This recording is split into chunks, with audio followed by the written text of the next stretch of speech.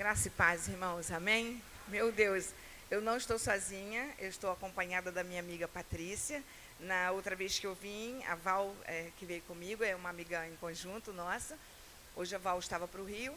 Patrícia tem me acompanhado, eu tenho pregado essas quintas-feiras do mês de junho em Mantiqueira, e a Patrícia tem sido né, a minha companhia. Fica de pé, querida, essa moça bonita, essa jovem bonita, solteira, tá bom? Se houver aqui algum candidato, tá bom? Ela está liberada, ela é estudante de psicologia e é uma grande amiga, uma grande evangelista, uma grande serva do Senhor, e para mim é muito bom pela companhia, né?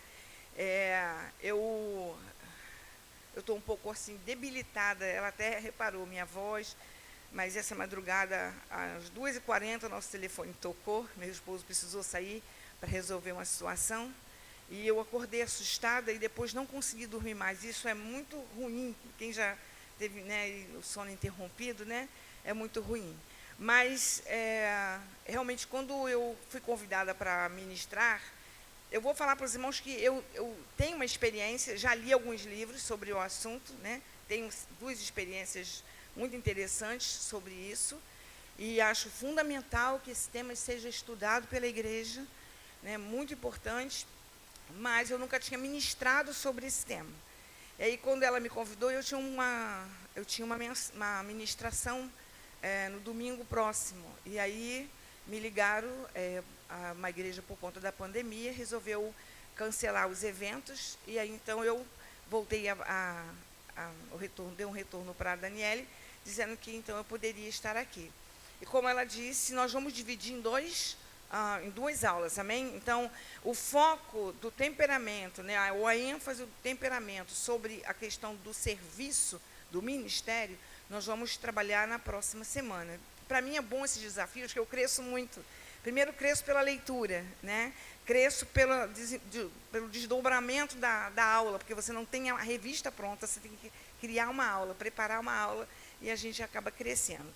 Eu quero indicar que os livros que foram base, vocês têm aí os livros, uma pequena referência bibliográfica, tá bom?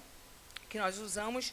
Esse livro é muito bom, o Tim LaHaye, ele é o nome dentro da área cristã, tem outras pessoas que desenvolveram livros, literatura sobre o tema, mas não são cristãos. Mas o Tim LaHaye, ele escreve 3 livros com esse tema. O primeiro foi esse, Temperamento Controlado pelo Espírito. Foi o livro que Deus usou para me tratar. Tá bom? É um livro base, né?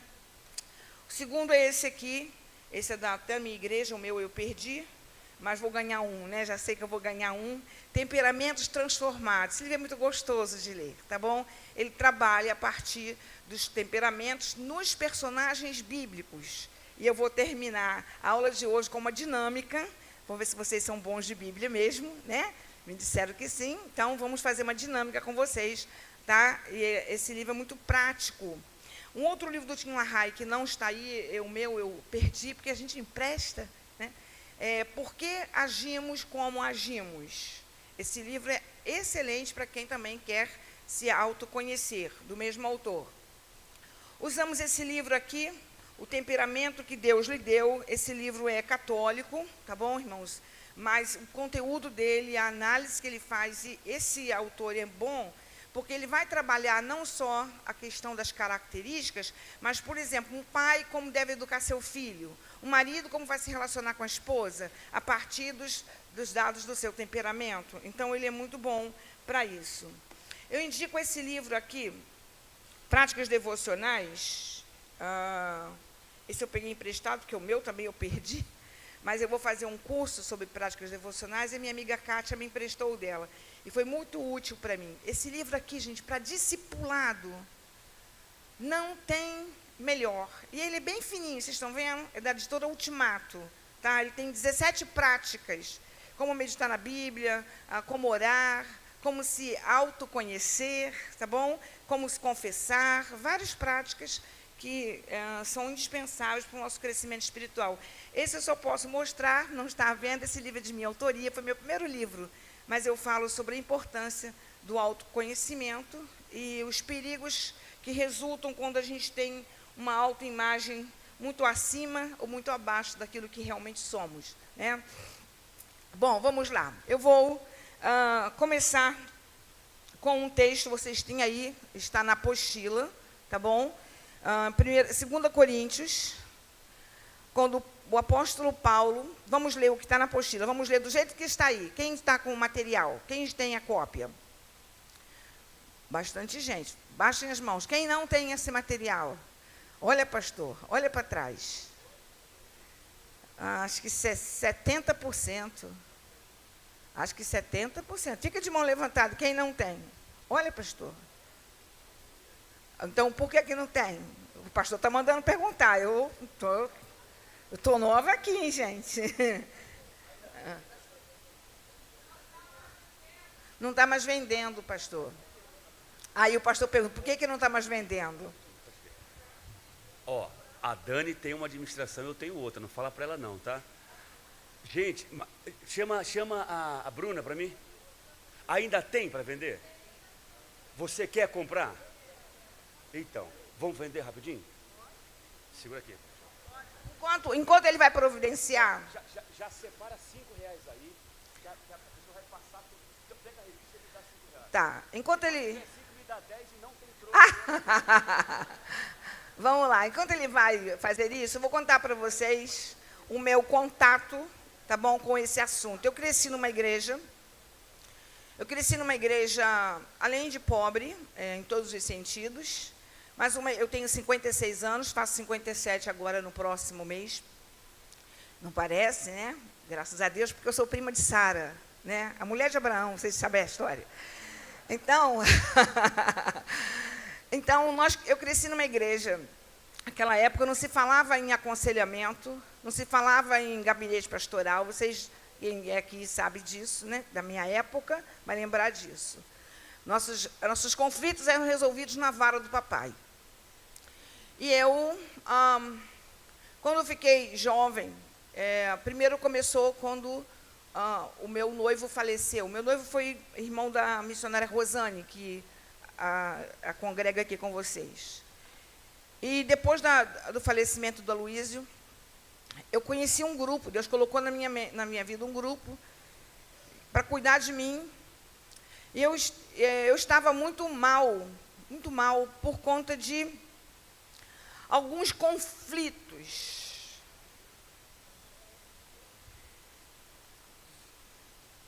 Eu havia brigado na igreja com o pastor, eu não concordava com o retorno de um pastor que havia saído, eu não concordava com o retorno dele. Eu havia brigado na fábrica onde eu trabalhava, com o meu chefe, com o encarregado. Em casa nem se fala. A briga com meu pai era diária, era constante. Eu e meu pai brigávamos muito, muito, muito.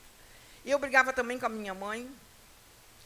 E eu tinha um namoradinho, e a gente tinha rompido, ele rompeu. Eu sei que todas as áreas dos meus relacionamentos, eu estava brigada. E aí eu entrei em conflito, eu entrei em crise. E eu confesso que eu caminhei quase 2 quilômetros da igreja à minha casa, num domingo pela manhã, depois de uma briga com um rapaz da juventude, o líder da juventude. Eu fiquei muito em conflito, muito em conflito. Eu não sabia, eu estava mal com aquelas situações. E quando eu cheguei em casa, eu vim gritando pela rua, sozinha. Minha cabeça confusa, não sei se vocês já viveram isso. Quando a gente não... parece um emaranhado nossos pensamentos. Um emaranhado que você, para todo lado que você pensa, parece que o fio enrola mais ainda, que você vai virando um emaranhado de gato dentro da nossa cabeça. E eu cheguei em casa, e eu me lembrei de um... mas eu vou procurar, semana que vem eu vou trazer para vocês, que eu guardo até hoje. Eu procurei o contato de um senhor que eu havia conhecido na casa, que ele era tipo um psicólogo, mas sem passar por uma faculdade de psicologia, ele tinha o dom. E como eu não houve oportunidade de eu me aproximar dele para a gente conversar, para muita gente próximo a ele, até porque ele era um profeta, ele me deu um cartão para eu fazer contato, caso eu precisasse. E eu escrevi uma carta para ele, e nessa carta eu só escrevi isso. É como se fosse de noite. Eu estou dentro de um labirinto, soltaram a minha mão e eu estou perdida. Era assim que eu me sentia. E ele, então, eu tenho essa carta, eu vou pegar essa semana para trazer para vocês. Eu acho que tem 8 páginas. Ele me fez 25 perguntas naquelas páginas.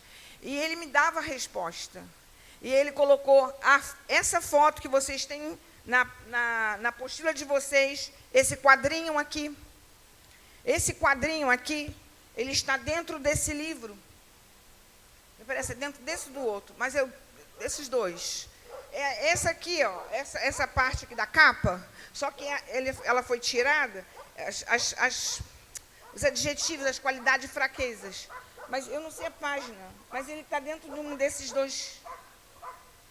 Na apostila, a minha está maior um pouquinho. Mas é um quadrinho que vocês têm. Isso aí, está assim, Pedro, Moisés, Paulo.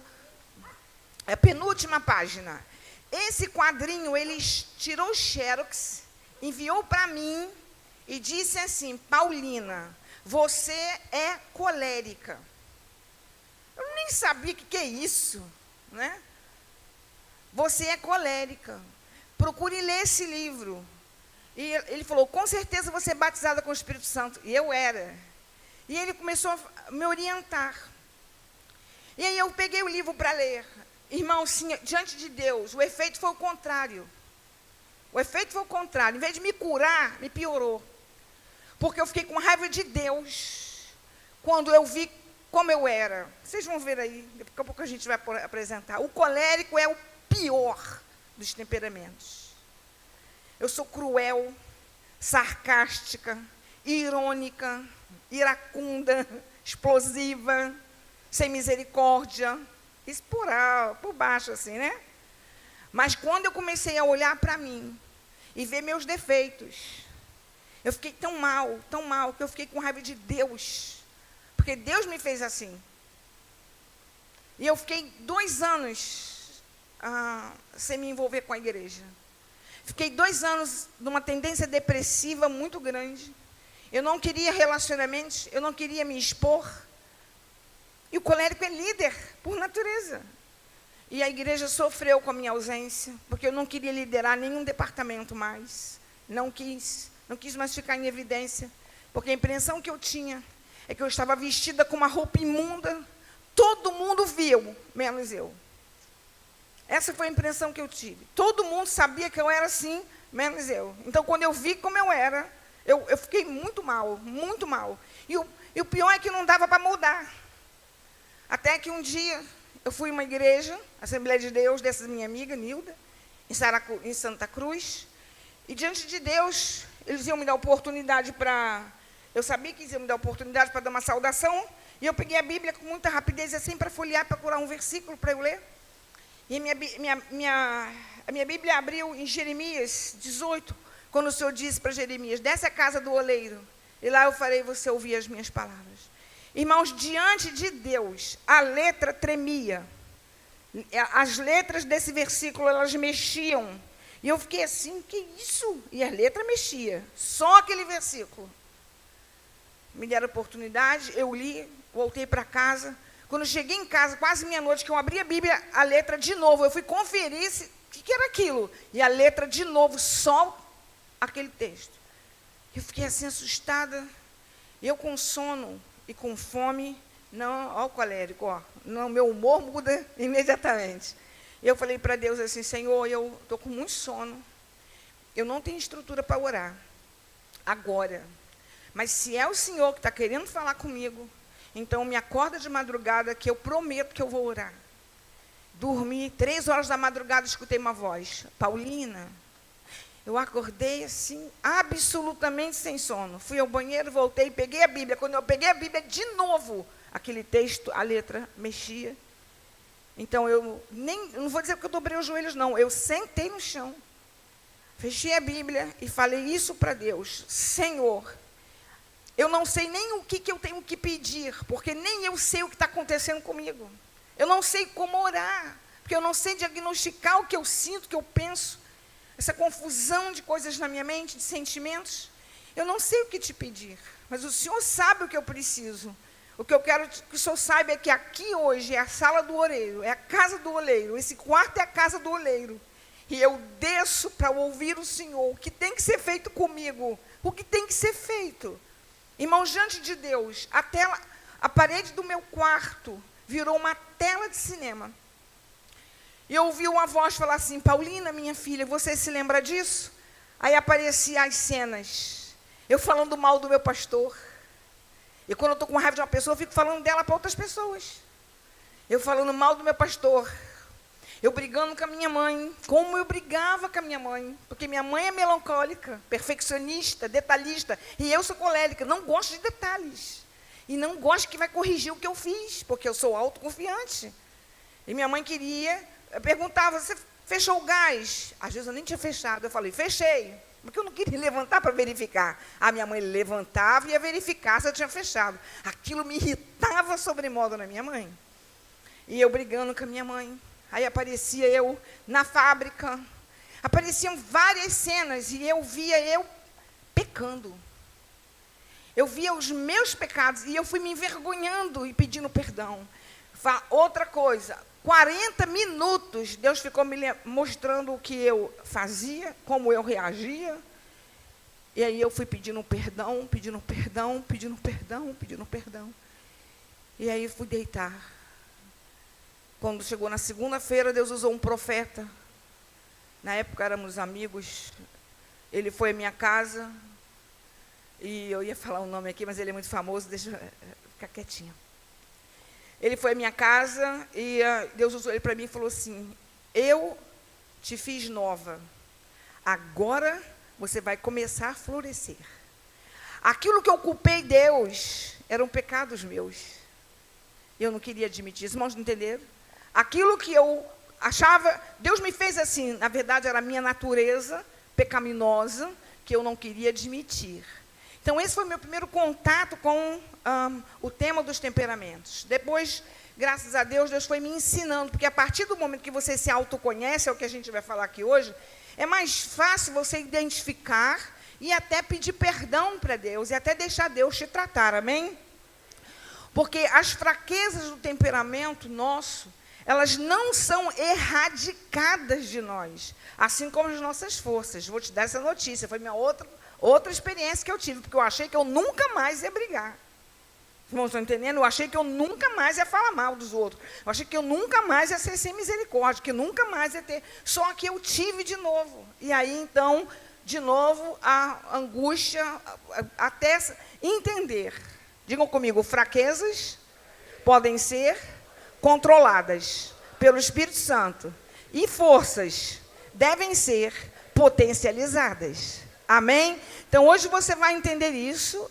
Hoje você vai aprender um pouco sobre você mesmo, tá bom? Semana que vem a gente vai trabalhar um pouco sobre o tema, canalizando para a questão do ministério. Então, a gente colocou na introdução, eu botei assim, quem aqui pode falar sobre o seu temperamento? Quem aqui pode falar uma característica do seu temperamento? Levanta a mão assim. Quem nessa fileira aqui pode falar uma característica do seu temperamento? Uma força. Uma fraqueza. Gente, vocês nunca fizeram... Vamos lá, quem aqui pode falar uma força do seu temperamento? Uma palavra. Perfeccionista. Isso é do melancólico. Ó, tá vendo? Mas isso não isso é bom. Vamos lá. Tem um lado bom do perfeccionismo. Dá um trabalho para ele fazer. Vai fazer muito bem feito. Agora não coloca um colérico junto, não. Vamos lá, uma fraqueza. Quem aqui? Gosta de proteger, mas isso é força. Correto? Isso é bom. Hã? Juiz, você é julgador, emite juízo? Meu Deus. Vamos lá. Aqui, quem aqui conhece uma fraqueza do seu temperamento? Impulsiva. Isso é do sanguíneo. Uma fraqueza. Vamos lá. Uma força. Você é ansiosa? Acho que o melancólico é um pouco assim. Tem tendência até a se deprimir, preocupado com o futuro. Ó, esse do melancólico. Vamos lá. Aqui. Quem conhece? Uma fraqueza. Muito exigente? Colérico é assim, hein? Vamos lá. Intolerante ou colérico? Ó. Bom, não sei, mas é uma fraqueza do colérico. Correto?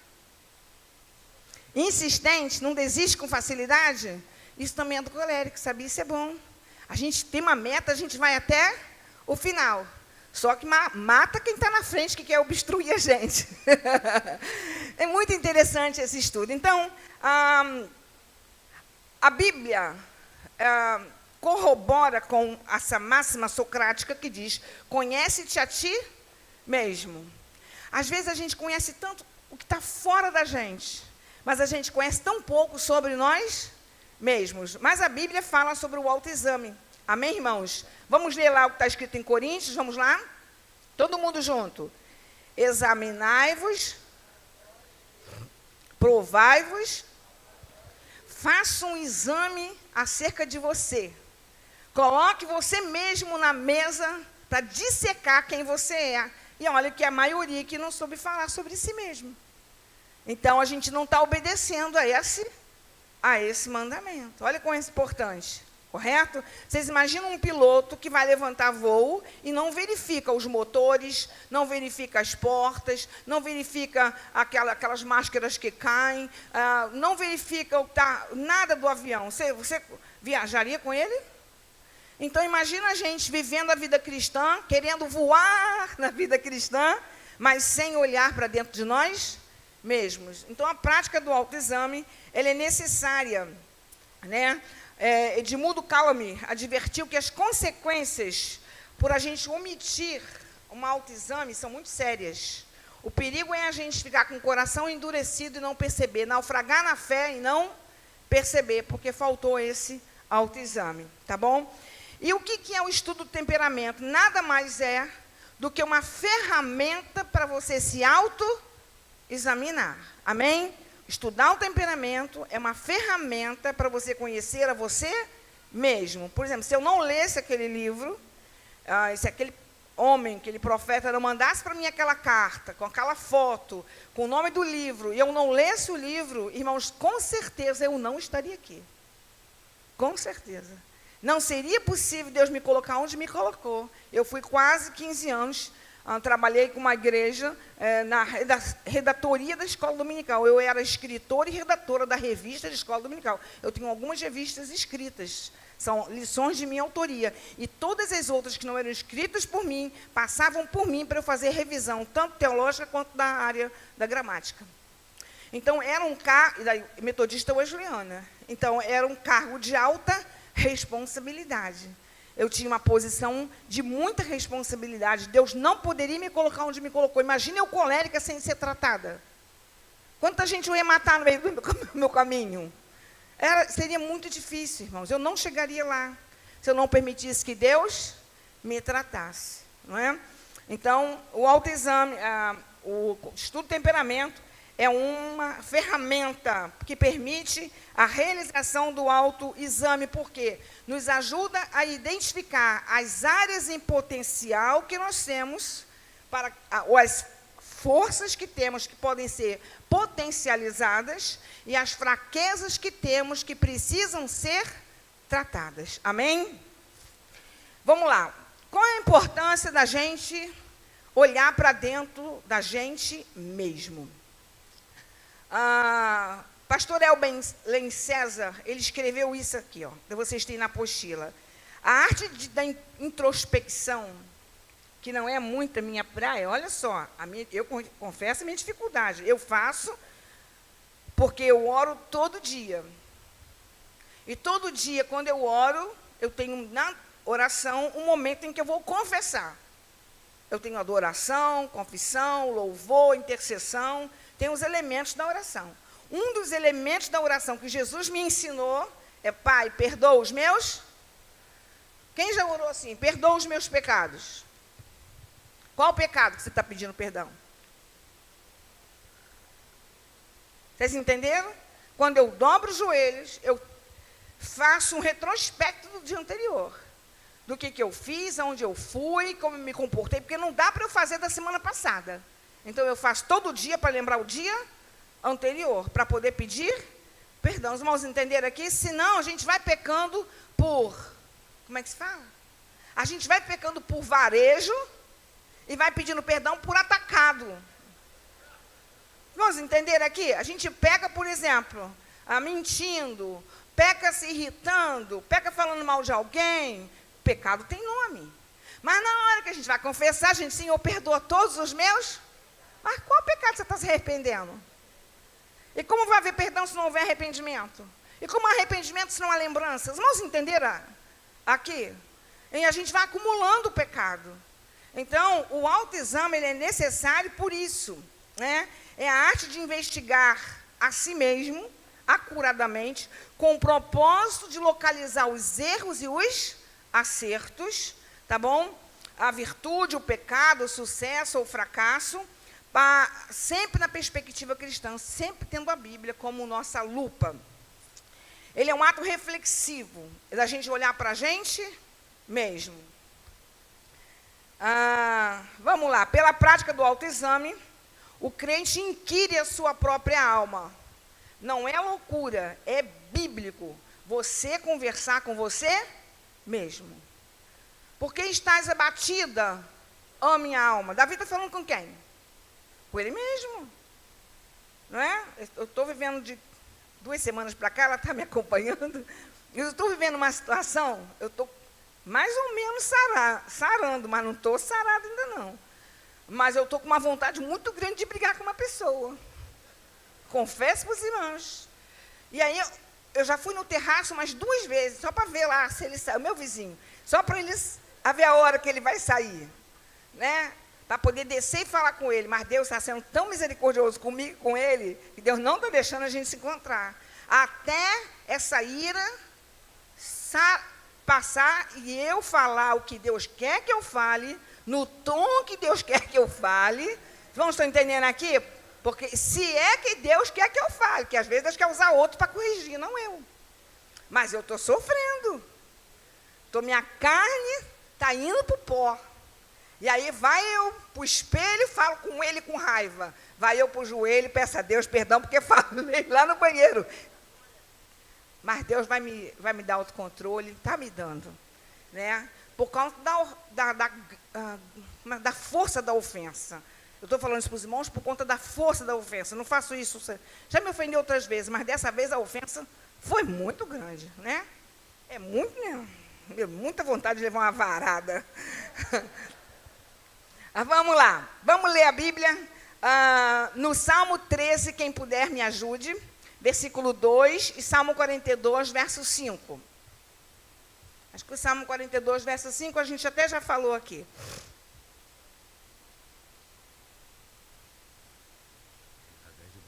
Já está aqui, ó. Me ajuda aí, porque... Eita, Deus.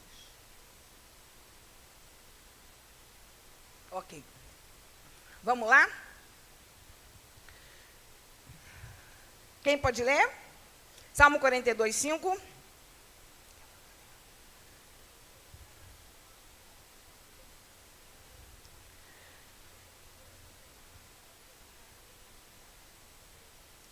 Davi está perguntando, por que você está abatida, ó? Minha alma. Essa é uma pergunta que a gente tem que fazer. Por que eu estou falando isso? Por que eu quero brigar com fulano? Por que eu estou com vontade de bater nessa criança? Por que eu não quero falar com meu marido? A gente tem que se perguntar, os irmãos entenderam aqui? Sondar a nossa alma. Até saber se lá no fundo a motivação não é uma obra da carne. E aí Deus tem que tratar, porque se é carne, tem que ser crucificada. Amém, irmãos? O autoexame, então, nós inquirimos a nossa própria alma. Né? Eu pedi para ler Salmo 13, versículo 2.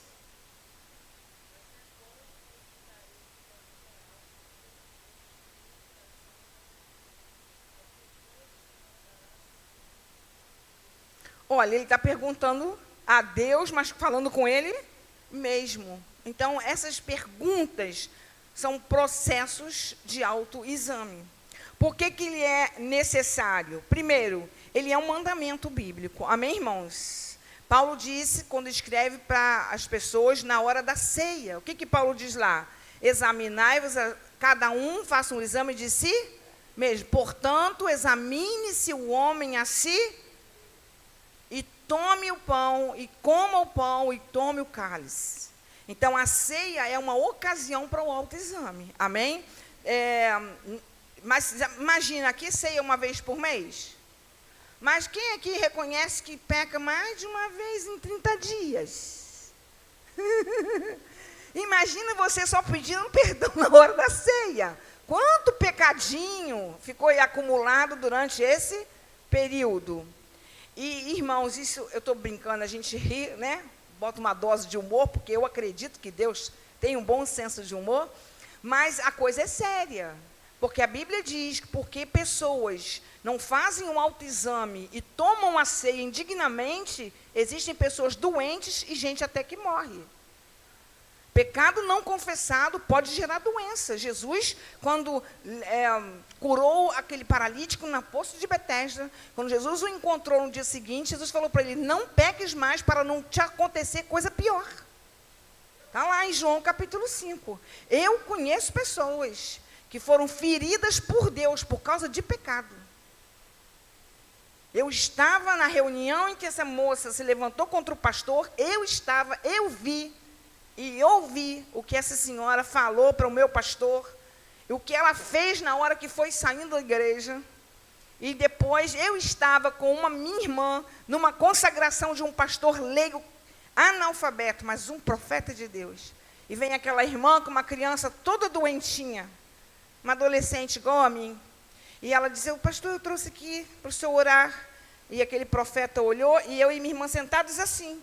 E a gente conhecia, ela era da nossa igreja. E o pastor olhou, quando ele foi botar, ele não põe a mão nisso não, irmã. Não põe a mão. A irmã volta e se conserta com seu pastor. Eu vi. Sabe? Então, assim, pecado não confessado é uma coisa muito séria. E o autoexame é necessário porque é um mandamento bíblico para evitar que a gente acumule pecado. Amém? O autoexame é necessário por causa da presença dos pecados ocultos em nós. Davi disse no Salmo 139, sonda-me, ó Deus, e me conheces. Vê se há em mim algum caminho e me guia pelo caminho reto. Às vezes são pecados que a gente nem lembra. Pecados que a gente não entende que é pecado, correto? São ocultos, e a gente precisa de olhar para dentro de nós, com a ajuda do Senhor. Eu ficaria aqui umas horas contando experiências com os irmãos, porque eu peco muito, né? Eu não sei se eu peco, eu conheço que eu peco, mas situações que eu vivi com meu esposo, e às vezes ele vai dormir, eu fico chateado, mas eu tenho que orar, né? E aí eu dobro o joelho. Geralmente, eu levanto do joelho e vou lá. Amor, me perdoa. Porque Deus me confronta. E o problema é que eu pensava que estava nele, estava em mim. Mas estava oculto. Sabe quando a gente quer justificar, camuflar, né, o pecado dentro de nós? Então, pecados ocultos precisam ser sondados. O autoexame é necessário por causa da presença da carne. Eu vou fazer um desenho aqui. Gente, por favor, me entendam, não me chamarão de herege, né? Mas a carne, eu costumo dizer que a carne, me perdoe a expressão, tá? Mas eu explico por que eu uso a expressão. A carne, para mim, eu chamo a carne de um filhotinho da serpente que mora dentro de nós. A Bíblia chama isso aqui de... Por que eu chamo de filhotinho da serpente? Qualquer semelhança não é mera coincidência.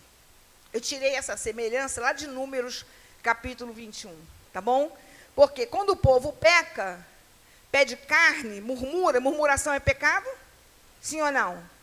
Murmuração é pecado. Deus envia o quê? Serpente. Sim? Deus envia serpente. Olha como é que Deus envia um princípio de semelhança para tratar o que está interno. E aí, então, por que o povo morria? Vamos lá. Por que o povo morria? Hã? Olha, aí são interpretações. Objetivamente, por que o povo morria?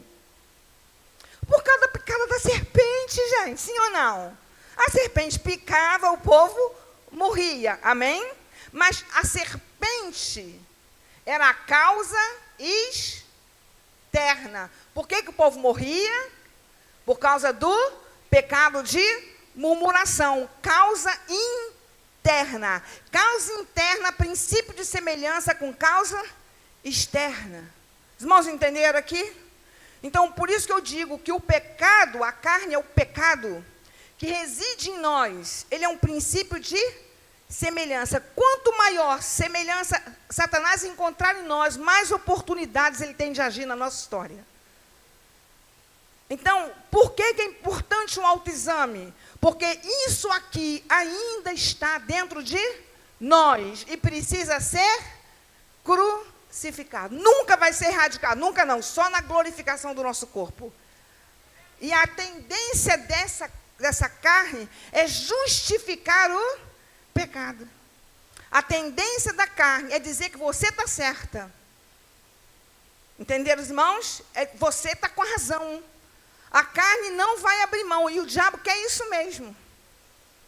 Sabe, é levantar a carne, despertar a carne. Por causa da presença da carne, eu preciso fazer o autoexame. Amém? Preciso olhar para dentro de mim mesmo, porque às vezes a gente não quer enxergar. A gente não quer admitir. Meu Deus. Quando Jacó se viu ameaçado por Esaú, porque Jacó fez umas lambançazinhas, né? Até com Labão ele foi um lambão.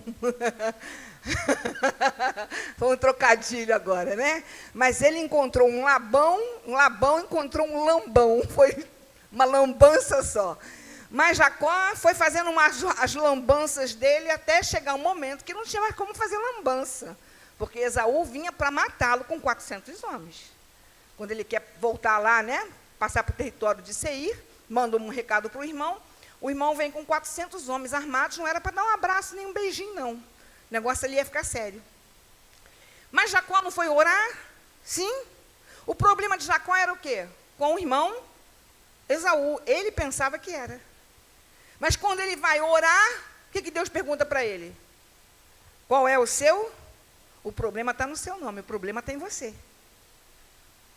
Correto? Não foi isso que aconteceu no Val de Jaboque?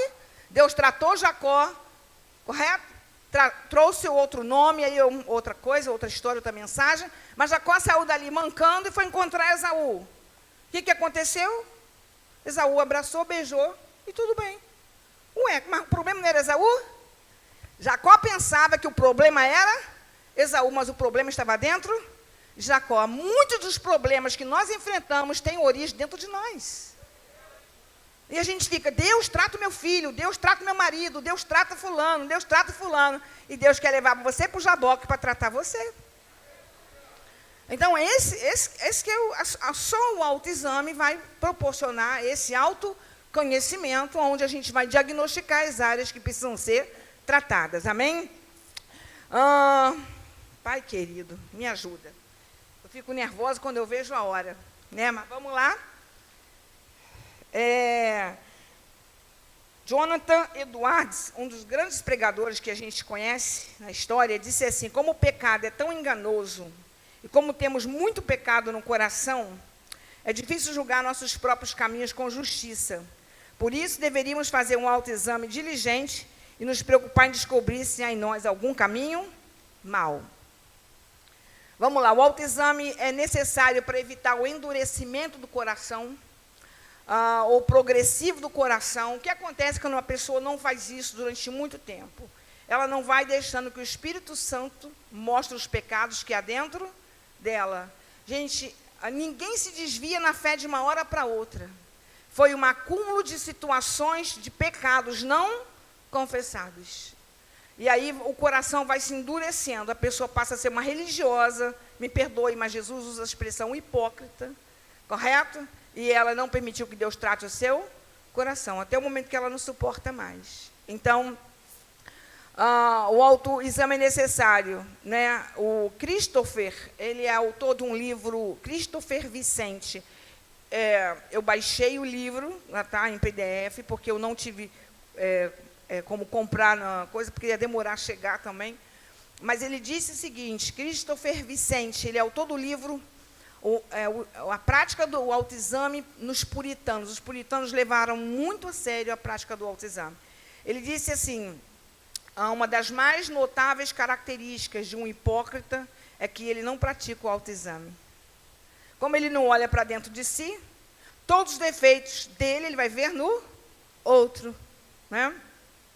E, por fim, um autoexame é necessário para o desenvolvimento da imagem de Cristo. Ou seja, eu vinha conversando com a Patrícia e eu fui falando para ela, uma pessoa quando amadurece espiritualmente, e ela vai se permitindo, né, eu praticamente faço meditações, eu escrevo meditações sobre a Bíblia continuamente, eu tenho essa prática, e oro, né, também é uma prática que eu adquiri ao longo da minha história, até porque eu amo a presença, eu amo ficar com Deus, né? Eu gosto de ficar com Deus. Então, eu tenho meu violão, eu tenho minha sala de oração.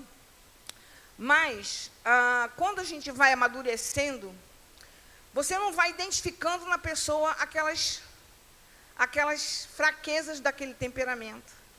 À medida que a pessoa amadurece na vida espiritual, você diz, não é possível. Quando eu falei que eu sou cruel, eu sou assim, não, quem convive comigo, não, mas você não é. Realmente não parece que eu sou. Os irmãos entenderam? Mas por quê? Porque aquela carne, aquela Paulina cruel, aquela Paulina está sob o controle do Espírito Santo. Mas se eu sair da presença de Deus, tadinho do meu marido. Os irmãos entenderam aqui? Um colérico não tratado, a gente vai passar por isso agora, é o pior temperamento para conviver. Mas Deus me amou tanto, que me deu um fleumático, que é o melhor temperamento para se conviver. Então, Deus me deu o melhor de mim, está nele. Ele é o meu lado mais bonito, né? Então, é necessário. Vamos ler a Bíblia em 1 Coríntios 15, 49. Esse versículo é lindo.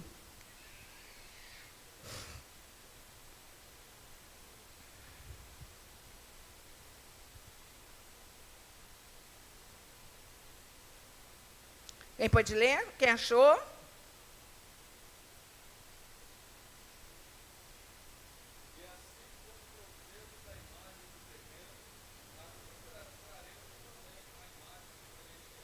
Assim como trouxemos a imagem de Adão, o homem da terra, assim também Deus quer desenvolver em nós a imagem do homem celestial. Então, porque Deus, diga comigo, Deus me aceita do jeito que eu sou, mas Ele se recusa a me deixar do jeito que eu sou.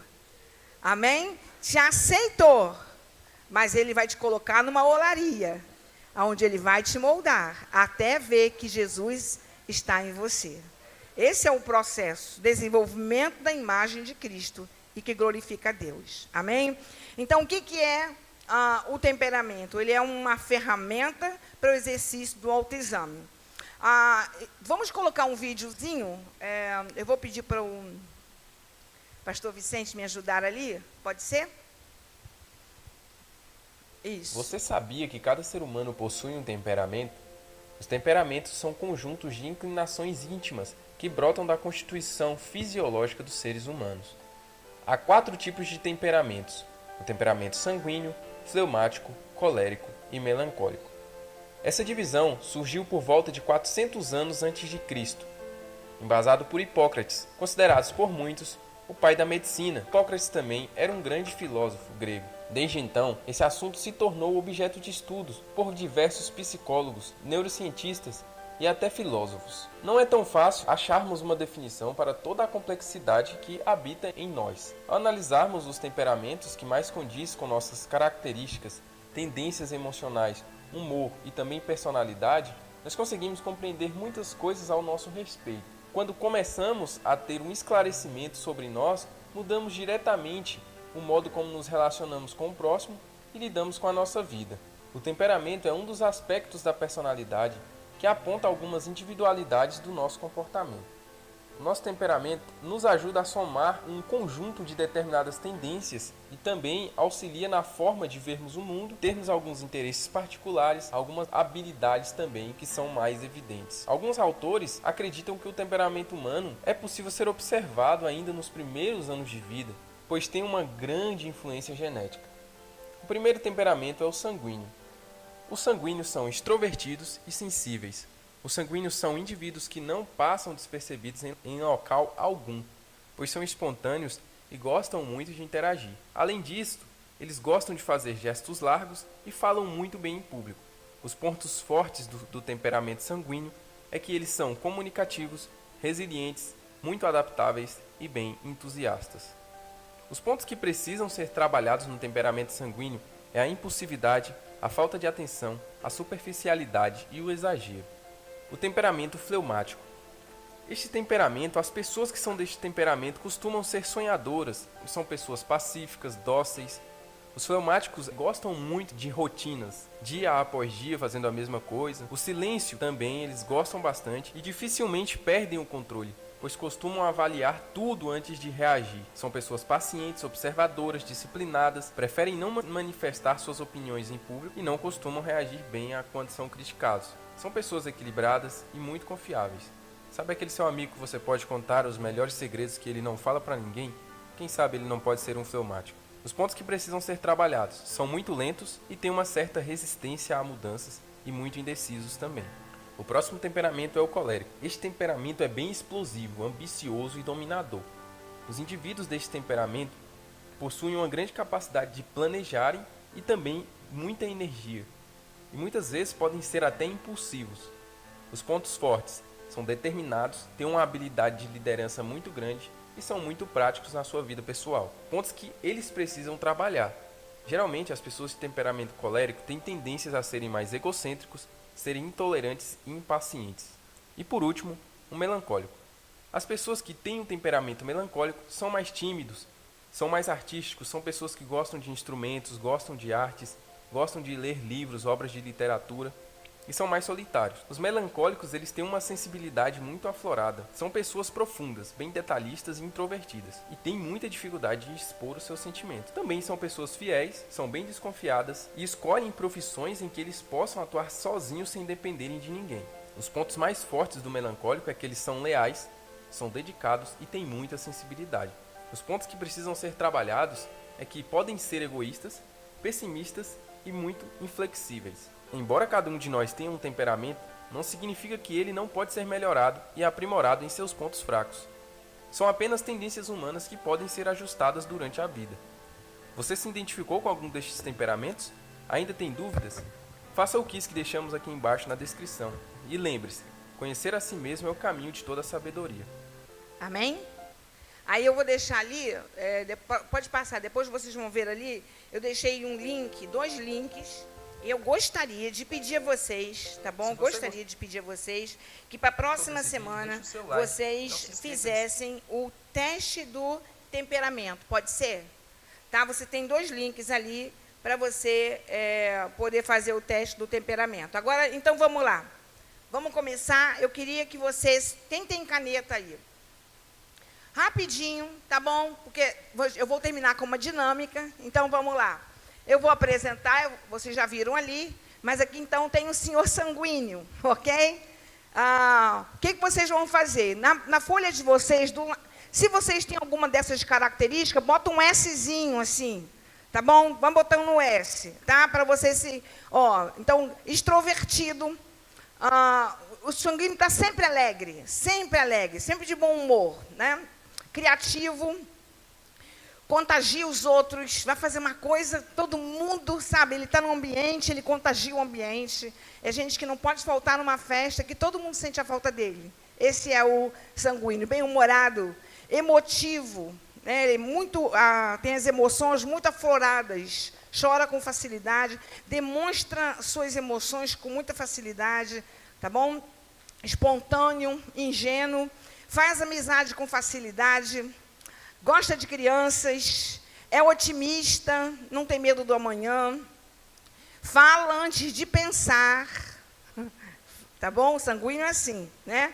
Ele é impulsivo, mas é muito carinhoso, é terno, é compassivo, é sensível com as coisas, as necessidades dos outros, ele quer sempre ajudar, tá bom? Se entusiasma com novos planos, está sempre fazendo novos planos, mas não termina aquilo que começou a fazer. Isso é o sanguíneo. Tem gente fazendo assim? Você conhece alguém? É você mesmo? Esquece as coisas ruins com facilidade. Anima as pessoas. Tem uma capacidade incrível de se divertir. Gente, o sanguíneo tem um acervo de história para contar. É um excelente contador de história, e a maioria é dele mesmo. Tá bom? Agora, se ele está numa conversa, só ele que fala. Vamos lá. É mais emoção do que razão. A emoção é o que domina suas ações. Ele é um apreciador da vida, não é dado ao tédio, rotina, tá bom? É receptivo por natureza, gosta do convívio social, gosta de meio de gente. Ele é assim, sempre tem muitos amigos, possui um repertório de histórias. Dificilmente um sanguíneo vai passar por você e não vai ser notado. Dificilmente, tá bom? Agora vamos lá. Os homens sanguíneos geralmente atraem muitas mulheres. Esse é um problema. Defeitos aqui. Pouco prático, são desorganizados.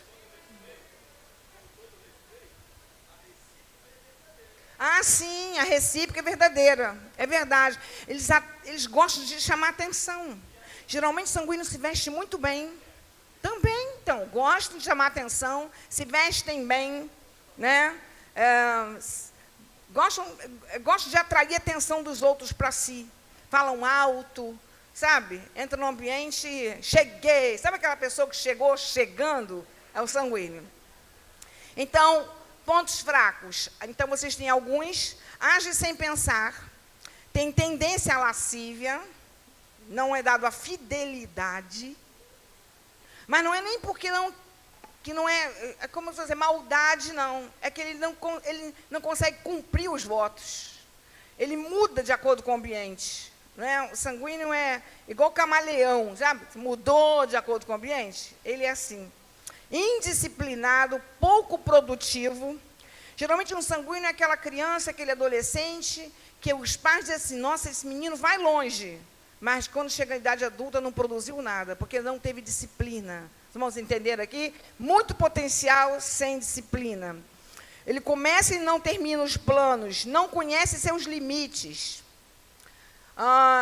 não cumpre horários, não cumpre compromissos. Já viu gente assim? Bota um sanguíneo perto de um colérico, o colérico mata um sanguíneo. Né? Ele é instável nas suas emoções, desanima com facilidade, vontade fraca, ele cede muito fácil à tentação, altera seus princípios de acordo com o ambiente. Então, se todo mundo aqui concorda com alguma coisa, ele está concordando também. Mas se ele vem para cá, isso aqui discorda, ele vai discordar também. Vocês entenderam? Ele é um camaleão. Né? Vocês vão ver daqui a pouco na Bíblia. Raramente é um bom estudante, falta de atenção, raramente corresponde à sua potencialidade, tende a falar muito de si mesmo, é egoísta, pode começar a se desculpar por suas fraquezas, né? E se arrepende muitas vezes pela mesma coisa.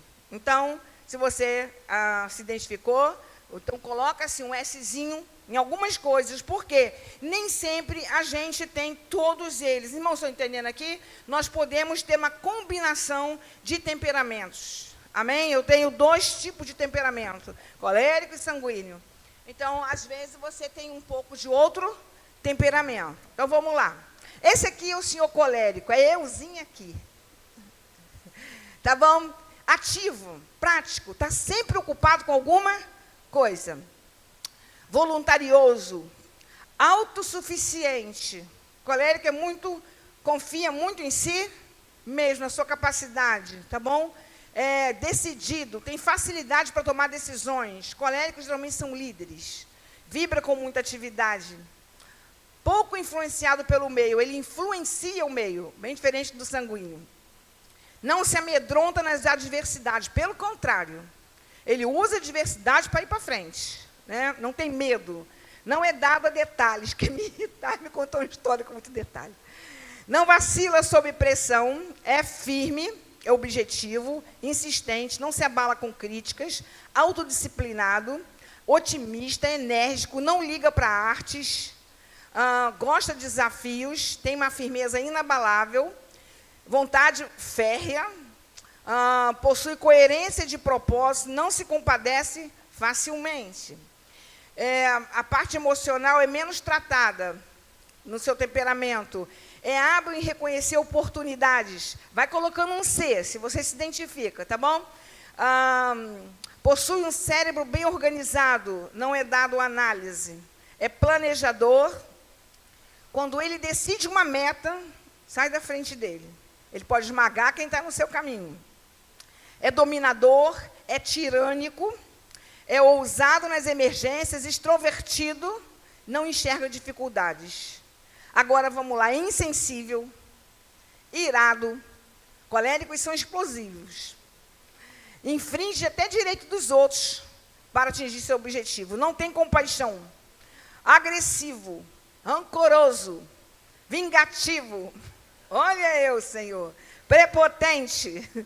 Dificilmente pede desculpa. Não estou falando que o Espírito Santo tratou? Muito, gente. Vocês estão diante de um vaso quebrado um monte de vezes. A minha sorte é que o oleiro não joga os pedaços fora. Cada vez que eu quebro, ele vai lá, junta, traz de novo, porque ele acredita que a gente pode ser um vaso precioso nas mãos dele. Profere declarações sarcásticas. O colérico tem uma língua ferina. Fere muito com a língua. Frustra os outros que não o satisfazem, tá bom? É violento, é de difícil convívio. É o temperamento mais difícil de se conviver. Tem dificuldade de demonstrar aprovação, autossuficiente, autoconfiante. Vamos lá. Egocêntrico. Pequenos êxitos podem torná-lo orgulhoso, arrogante e se sentir acima dos outros, não é? Esse é o colérico. Agora vamos lá. Vamos para o melancólico. Se você é melancólico, coloca uma letra M, tá bom? Para você saber. Analítico, abnegado, perfeccionista, introvertido, gosta de artes. Geralmente os coléricos são músicos, são pintores, eles são dados à arte, são grandes gênios artísticos. É um amigo leal. Quem confia nele nunca fica desapontado. Mas também ele não faz amigo com facilidade, tá bom? Ele diagnostica problemas num projeto com facilidade. Se sacrifica pessoalmente, ele é muito abnegado. Geralmente os missionários que vão para o campo são melancólicos. São dados a se sacrificar por uma causa. Criativos, grandes pensadores, tem uma mania de ficar com a mente lá no outro mundo, sabe? Horas e horas em devaneios. Assim é o melancólico. Não gosta de ficar em evidência, é cumpridor das suas responsabilidades, é introspectivo, nunca promete mais do que pode fazer, diferente do sanguíneo. Bem diferente, né? É o mais rico de todos os temperamentos. Possui uma imensa capacidade de apreciar os valores da vida. Quando ele está triste, um problema que ele vai ter é que ele se retrai e fica muito tempo dentro daquele mundo, igual um caramujo, né? Desconfiado, não é mineiro não, mas é muito desconfiado. Ainda mais quando querem dar alguma coisa para ele, ajudar, ele já fica achando que tem alguma coisa ali por trás. Olha aí, Jesus. Né? São reservados e geralmente gostam de trabalhar sozinhos. Escolhem profissões para trabalhar sozinhos. Mas são egoístas ou egocêntricos, inclinados à autoanálise e complacentes consigo mesmo. Alimenta desejo de vingança. Um sanguíneo, um colérico, explode. Mas o melancólico não explode, não, mas fica ali moendo na unha. Sabe aquela coisa que vai assim devagarinho, com o tempo? É assim que ele fica. Se ofende facilmente. Tem complexo de perseguição. Tem sempre gente que quer mal dele, né? É dotado de autocomiseração, com pena de si mesmo, inseguro, é depressivo, um crítico inflexível, mal-humorado, tem tendência a ser pessimista, inseguro para tomar decisões. O colérico tem que pensar, tornar a pensar, e às vezes nem toma decisão de tanto que pensou, passou a oportunidade. Nós entenderam? Ele é muito assim, tem medo de tomar decisões. Perfeccionista, falamos aqui, e tem algumas alterações de ânimo. E, por fim, cheguei no mais rico de todos, no mais fácil, que foi o meu. Deus me amou muito, né? Me deu um fleumático para a minha convivência. Quem é o fleumático? O fleumático é calmo, é despreocupado, profundamente equilibrado, é bem razão, raramente explode com raiva ou com alegria, tá bom? Ele é controlado nas suas emoções. Difícil é saber o que ele está pensando. Um fleumático gosta das coisas boas, um bom prato, uma boa roupa, ele tem fino trato. Tem gente assim, né? Ele é prático, despreocupado, tá bom? Gosta do convívio social, ele tem um senso de humor, gente. Assim, ele é capaz de fazer todo mundo rir e ficar sério. Ele é um fleumático. Ele tem um senso de humor até mordaz, né? Tem um cérebro bem organizado, tem uma vida regrada, gosta de rotina, é metódico, cumpre horários, é bem organizado, é um grande pacificador, tá bom? Bom conselheiro. Antes de agir, pensa muito. E, vamos lá, gosta de fazer graça com a fraqueza dos outros. Ele gosta muito de fazer isso. Geralmente, aqueles que imitam os outros são fleumáticos, né? E é digno de confiança. Mas é devagar, sabe, quase parando? É moroso, tende a ser indolente, sem motivação, é provocador, é obstinado, é resistente. E quanto mais apressa ele, aí que ele demora mais. É assim mesmo que ele é. Avarento, né? Acomodado. Usa o seu humor contra os outros. Não se envolve. Procrastina. Sabe aquela coisa que vai deixando para amanhã o que você pode fazer hoje? É ele mesmo. Tá bom? Comumente se opõe a mudanças, não reage bem a críticas e não manifesta suas impressões em público. Está faltando alguns minutinhos só, mas eu gostaria de fazer isso. Eu queria chamar aqui 4 pessoas. Eu sei que os 4 provavelmente serão sanguíneos ou coléricos, né? Mas vamos lá. Pode pedir ajuda aos universitários. Eu deixo, tá bom? Mas eu queria uma pessoa desse lado aqui. Pode ser, mas tem que ser agora por causa da hora. Vamos lá. Vamos lá. Aqui uma pessoa, por favor, desse grupo aqui. Aí, já veio, já consegui. Vamos lá. Alguém aqui, por favor, rápido, rápido. Isso, olha só. Ó, e aqui, alguém? Vamos lá. Vem, filha, vem rápido. Então, vamos lá. Vamos lá, vocês podem ajudar. Está faltando um. Está faltando um. Está faltando um. Vamos terminar aqui. Semana que vem a gente prossegue. Vamos lá. Está faltando alguém. Quem, por favor. Então, essa aqui vai representar o fleumático. Segura. Essa aqui vai representar o melancólico. Esse aqui vai representar o colérico.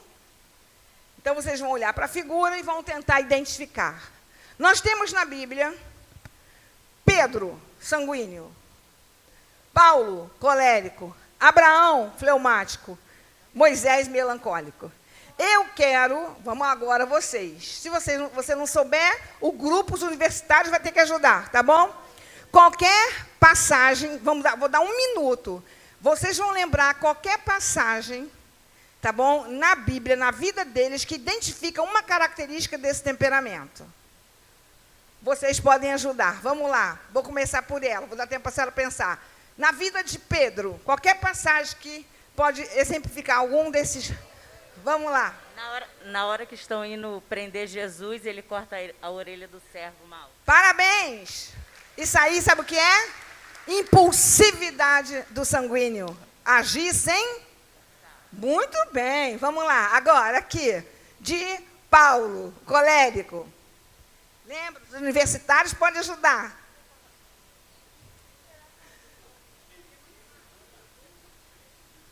Muito bem, ela lembrou ali, ótimo. Ela lembrou o que ela lembrou ali, foi ótimo. Vamos lá, quer ajudá-lo? Ela falou. perseguir o servo do Senhor. Crueldade. Perseguir sem misericórdia. Os irmãos entenderam? Isso é típico do colérico. Parabéns para ela ali, ó, universitária. Vamos lá. Agora aqui, fleumático. Abraão, eu acho que ele era um homem calmo, entendeu? Passagem? Eu me lembro a passagem quando o povo, principalmente quando os espias vieram para falar com ele era assim, ele não era muito de falar, ficava na dele, assim, calminho. O Abraão? Eu acho que você confundiu. Vamos lá. Os espias vieram falar com Abraão? Sobre a terra, veja ele falar de... Quem aí lembra? Vamos lembrar. Peraí. Ó.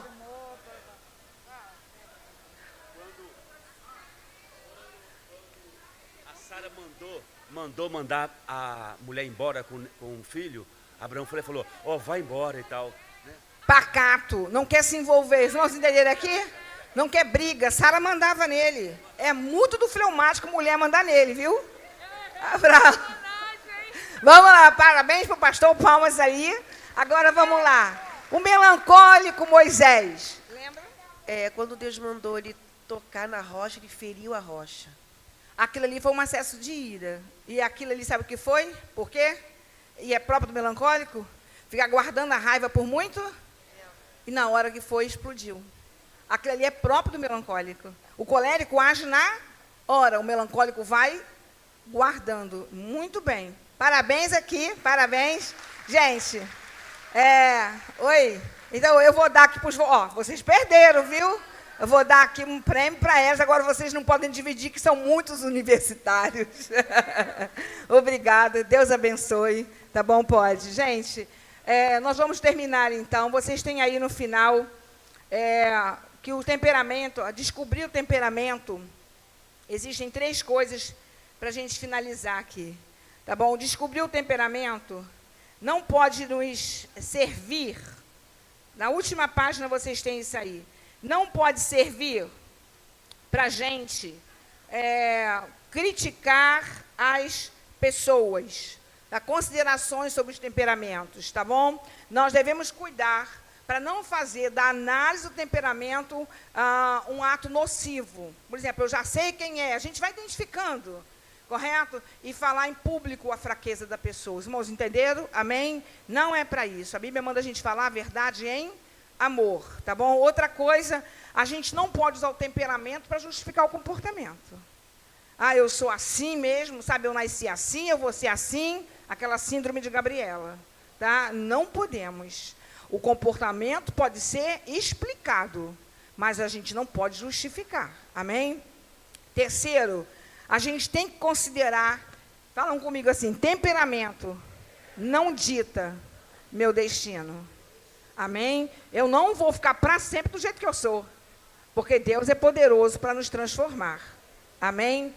E outra coisa que nos consola é que é um processo. Nós somos santos em processo de santificação. Então, não exija de você, foi o que eu fiz comigo, uma mudança imediata, tá bom? Não exija de você. E quando Deus não faz, você fica frustrado e desiste. Não desiste de você, porque o teu Deus nunca vai desistir. Amém? Então, não vamos desistir, vamos esperar, crendo, digam comigo, aquele que começou a boa obra em minha vida é poderoso para completá-la até o dia de Cristo. Se Deus chamou você e começou a te aperfeiçoar, Ele vai terminar o processo de aperfeiçoamento até a volta de Cristo. Amém? Deus nos abençoe.